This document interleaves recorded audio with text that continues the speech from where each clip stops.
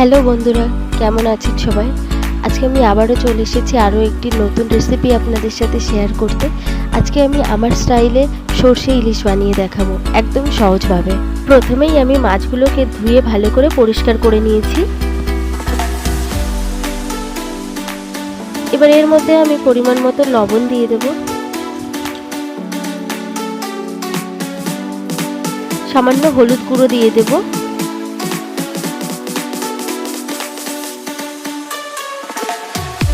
এবার মাছগুলোকে ভালোভাবে মাখিয়ে নেব। লবণ হলুদ ভালোভাবে মাখানো হয়ে গেলে কিছুক্ষণ রেখে দেব। সেই ফাঁকে আমি সর্ষেটাকে ভালোভাবে বেটে নেব। আমি সর্ষের মধ্যে সামান্য লবণ, দুটো কাঁচা লঙ্কা আর হলুদ দিয়ে ভালোভাবে বেটে নেব।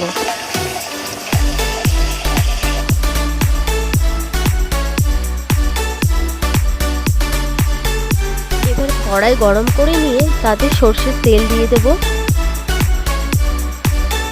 তেলটাকেও ভালোভাবে গরম করে নেব। এবার তেলের মধ্যে মাছগুলো দিয়ে দেব।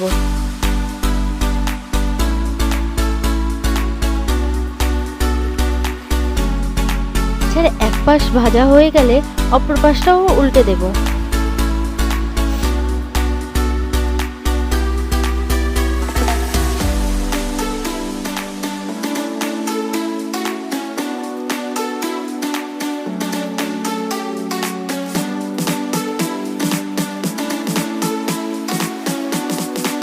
পাশে ভাজা হয়ে গেলে মাছগুলোকে নামিয়ে নেব।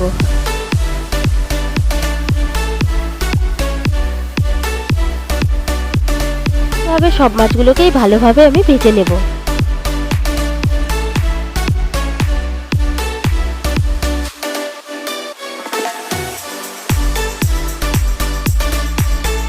আমি সব মাছগুলোকেই ভালোভাবে ভেজে নিয়েছি। মাছ ভাজা তেলের মধ্যে আরও কিছুটা তেল দিয়ে দেব। তেলটা গরম হয়ে গেলে দুটো তেজপাতা দিয়ে দেব, কিছুটা গোটা জিরে দিয়ে দেব,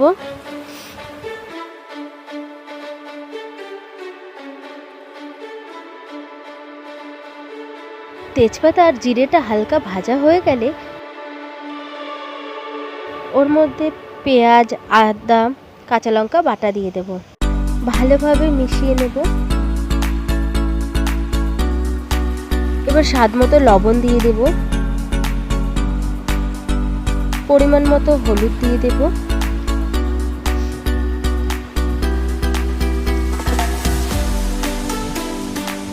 সামান্য লঙ্কার গুঁড়ো দিয়ে দেব।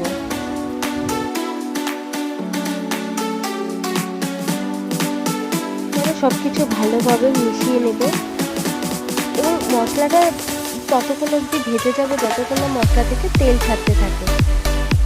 দেখুন বন্ধুরা, মশলা থেকে প্রায় তেল ছাড়া স্টার্ট করে দিয়েছে।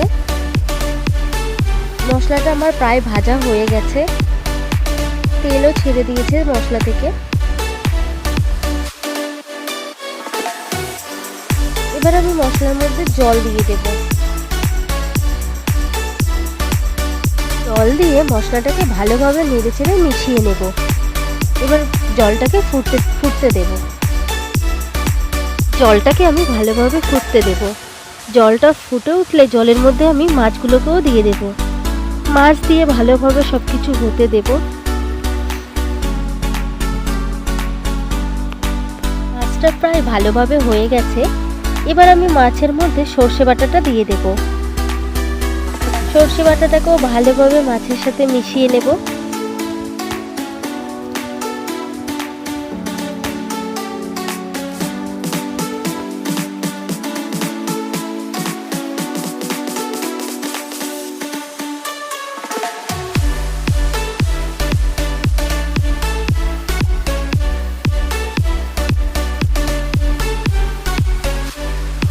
সবকিছু ভালোভাবে মিশিয়ে নিয়ে শেষে কাঁচা সর্ষের তেল দিয়ে দেব।